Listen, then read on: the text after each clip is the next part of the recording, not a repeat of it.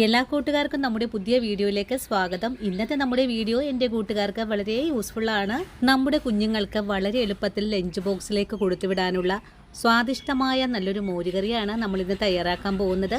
ഈ ഒരു മോരുകറി തയ്യാറാക്കി എടുക്കാനായിട്ട് നമുക്കൊരു 2 മിനിറ്റ് മാത്രമേ ആവശ്യമുള്ളൂ. ഒരു മിക്സിയുടെ ജാർ ഉണ്ടെങ്കിൽ വളരെ രുചികരമായിട്ടുള്ള മോരുകറി നമുക്ക് ആർക്കും തയ്യാറാക്കാം.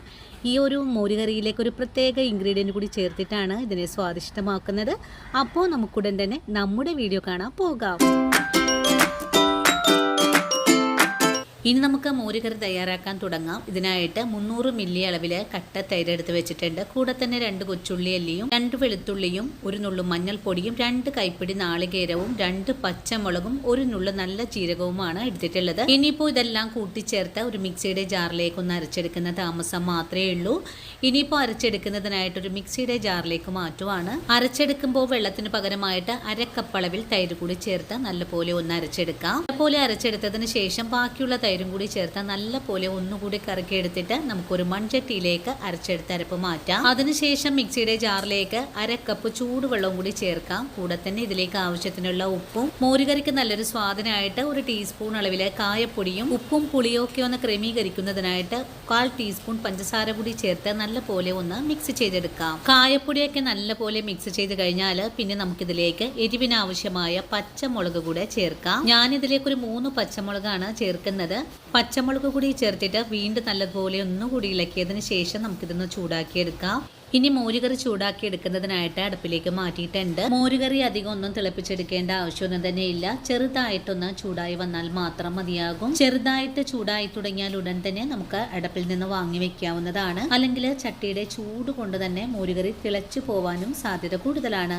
തിളച്ചു പോവാണെങ്കിൽ നമ്മുടെ മോരുകറിക്ക് ഒരു തരി പോലും ടേസ്റ്റ് ഉണ്ടാവില്ല. അതുപോലെ ഈ ഒരു മോരുകറി പിരിഞ്ഞു പോവാനും സാധ്യത കൂടുതലാണ്. ഇപ്പോൾ നമ്മുടെ മോരുകറി നല്ലപോലെ ചൂടായി വന്നിട്ടുണ്ട്. ഫ്ലെയിം ഓഫ് ചെയ്ത് കൊടുക്കാം. അതിനുശേഷം ചട്ടിയുടെ ചൂട് ആറി വരുന്നത് വരെയും നമുക്കിതുപോലെ ഒന്ന് ഇളക്കിയും കൂടെ കൊടുക്കണം. അതിനുശേഷം നമുക്ക് താളിപ്പ് ചെയ്തെടുക്കാം. ഇതിനായിട്ടൊരു പാൻ അടുപ്പിലേക്ക് വെച്ചിട്ടുണ്ട്.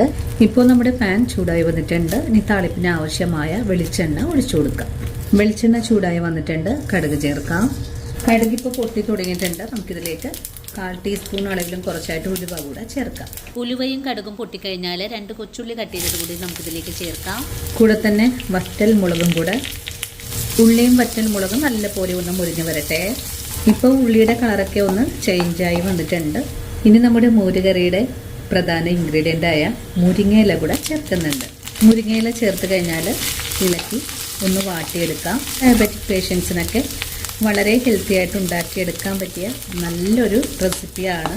ഈ ഒരു മുരിങ്ങയില നല്ലപോലെ വാടി വന്നിട്ടുണ്ട്.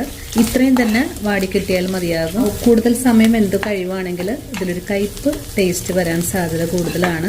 ഇനിയിപ്പോൾ ഈ ഒരു മുരിങ്ങയില നമ്മുടെ കറിയിലേക്ക് ചേർക്കുന്ന താമസം മാത്രമേ ഉള്ളൂ. ഇനി നമുക്ക് ഈ ഫ്ലെയിം ഓഫ് ചെയ്ത് കൊടുക്കാം. അതിനുശേഷം നമ്മുടെ മോരുകറിയിലേക്ക് ഈ ഒരു താളിപ്പ് ചേർക്കാം.